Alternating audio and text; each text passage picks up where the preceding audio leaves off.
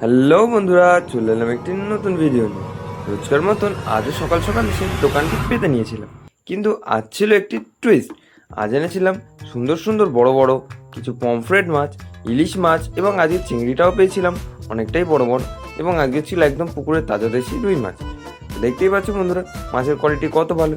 তো প্রথমেই একজন কাকুকে 4 পিস পমফ্রেট মাছ দিয়ে আজকের বউনিটা শুরু করলাম। তারপরে একজন কাস্টমার এলেন এবং তিনি বললেন ওনার লাগবে 500 গ্রাম চিংড়ি মাছ। আমি ওনাকে চটপট করে 500 গ্রাম চিংড়ি মাছ দিতে লাগলাম, এবং ওনার কথা মতো একটু বড় বড় বেছে বেছে দিয়ে ওনাকে 500 গ্রাম চিংড়িটা আমি দিয়ে দিলাম। তারপরেই আরেকজন কাস্টমার এলেন এবং তিনি রোজকার মতন বললেন যে ওনার একটি জ্যান্ত গোটা রুই মাছ লাগবে, কিন্তু মাছটি গুনে গুনে 7 পিসই করতে হবে। তো আমি ওজন মতো একটি মাছ নিয়ে গুনে গুনে 7খানা পিস তৈরি করলাম, এবং আস্তে আস্তে সেগুলোকে সুন্দর করে কেটে চটপট করে ওনাকে দিয়ে দিলাম।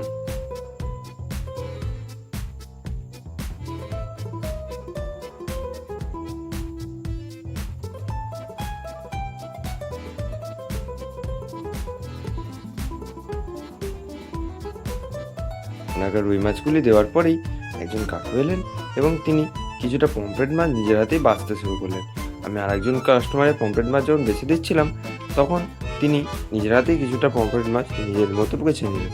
আমি সেই পমফ্রেট মাছগুলিকেও সুন্দর করে কাটতে শুরু করলাম, এবং দেখতেই পাচ্ছ বন্ধুরা কত সুন্দর করে পমফ্রেট মাছগুলি কেটে দিচ্ছে, এবং খুব তাড়াতাড়ি আজকের পমফ্রেট মাছগুলি শেষ হয়ে গেল। এবং তারপরেই কিছু কাস্টমার এলেন এবং তারা বললেন যে ওনাদের একটু ইলিশ মাছ লাগবে। আমিও সেই কথা মতনই একদম সুন্দর প্রথমে ইলিশ মাছটি ওনাকে দিলাম, কারণ আজকে ইলিশ মাছটি বেচতে একটু টাইম লাগছিল।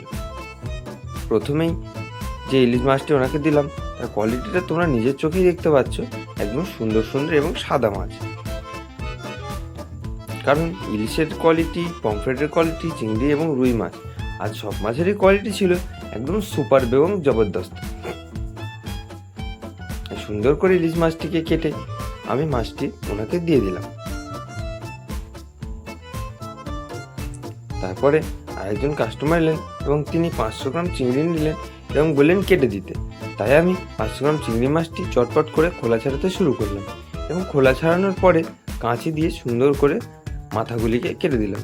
তারপরে একজন কাস্টমারকে একটি ইলিশ মাছ চটপট করে কেটে দিলাম, এবং এর সাথেই কাস্টমারদের ভিড় লেগে গেল, এবং আমার সব মাছই প্রায় খুব তাড়াতাড়ি শেষ হতে শুরু করলো। তারপরে কাস্টমারদের ভিড় জমে গেল এবং আমার সমস্ত মাছই একে একে শেষ হয়ে গেল।